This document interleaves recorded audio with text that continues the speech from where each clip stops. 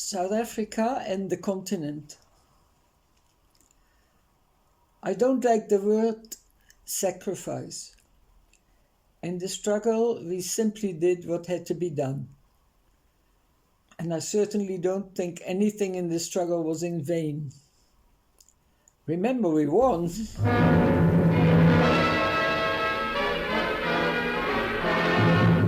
Demonstrations against the South African government's strict apartheid policies flare into shocking violence. At Sharpsville, an industrial township, thousands gather outside a police station in protest against new laws requiring every African to carry a pass at all times. Apartheid as a system was defeated stock, lock, and barrel. Not many people struggling for their freedom have known such a victory. It seems to me that the government handled the COVID-19 pandemic quite well, despite the problems that have been highlighted in the media. In any case, the results have been better than in the West, but not better than in many African countries. Many of them found original solutions befitting their situation. Which brings me to my great sadness that colonialism and apartheid have been rather successful in severing ties and alienating South Africans from Africa.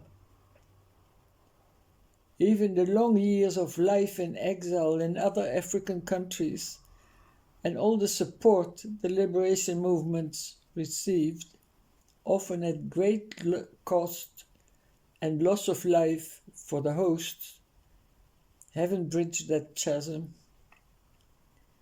There is a deep insensitivity in many matters that are essential to other Africans. I'm thinking in particular of decolonization and resistance to neocolonialism and neo-imperialism that are both very real. Apart from economic issues and thorny matters of so-called development aid and trade agreements with the North, there are passionate discussions all around Africa about reparations for the damage, crimes, and exploitation during the long years of slavery, colonial rule, and neocolonialism. There is a lot more truth to uncover, and there are more Saatchi Baartmans and Lumumba's teeth to find and repatriate. Another big issue is ownership of African heritage and traditional art objects, such as the famous masks, sculptures, statuettes, wood carvings, and cloth that were looted, stolen, or even nominally bought and held in northern museums and private homes. While they usually have great spiritual significance in their culture of origin, the West attaches mainly value to them according to Western aesthetic criteria and trades them at very high prices.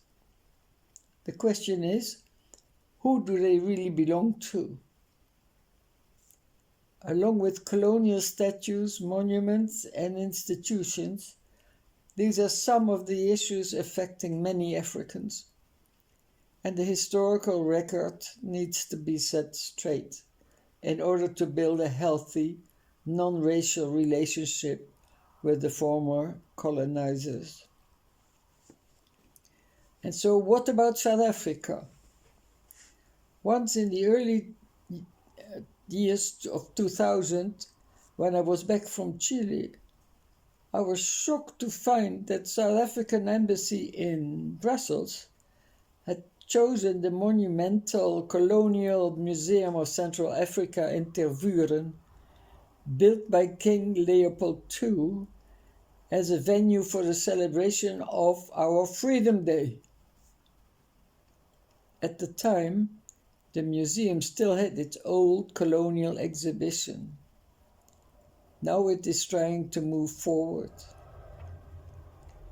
Fortunately, subsequently, the embassy had apparently realized that the museum was not just about the beauty of African wood carvings or stuffed animals of the savannah, and other venues to celebrate Freedom Day have since been chosen.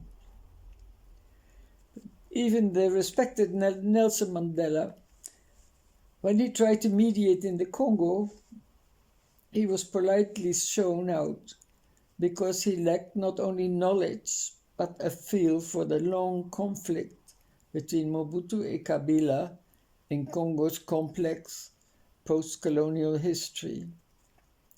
But beyond anecdotal instances like these, one can't miss the constant references in South Africa to the UK, the USA, and the West in general, with windows recently opened on China and BRICS countries.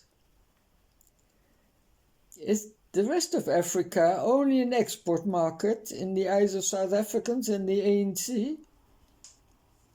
That is the kind of question one hears other Africans ask, and answering them is awkward.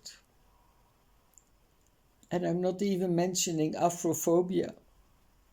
That is clearly not only a problem of frequent violence in townships, but of prejudice in the ANC and other political parties, in government, state, army and police, and in the mindset of many whites, and all that well from before 1994. Thabo Mbeki made a move with his proposals for an African Renaissance. But what happened to that? His idea was that after defeating apartheid and colonialism, it was time to move up and design joint African strategies against the workings and effects of global apartheid that keep Africa captive in a subordinate status. Of course he was right, except that global apartheid is not all about the economy. It is about continued subjugation of hearts and minds. Fortunately, a brilliant African scholar like Professor Achilles Mbembe, operating from Wits in Johannesburg, has much to say in the field of post-colonialism. He's certainly not alone. Many voices are heard all over. But is even a loud voice like Mbembe's heard in South Africa beyond academia? Other Africans advance on many roads to throw off the colonial burdens and make Africa, including its diaspora, come into her own. The question is, if South Africa misses that boat, won't she be a sad orphan in the end, or worth a sad hair of apartheid? As for the performance of the ANC today, I admit I'm confused and often thrown between disgust and hope in the basic strength and maturity of the movement built up through its long years of struggle, as well as its steadfast commitment to democracy despite the storms and setbacks since it came into power. I'm sure the ANC has a capacity of steadying the ship. It has proven so in the past, but it needs support. In the first place, against all the advisors and lobbyists and guptas of all ranks and colors that are only about their own narrow interests. Don't forget, corruption needs two actors: the facilitator with the funds and the greedy one with the power.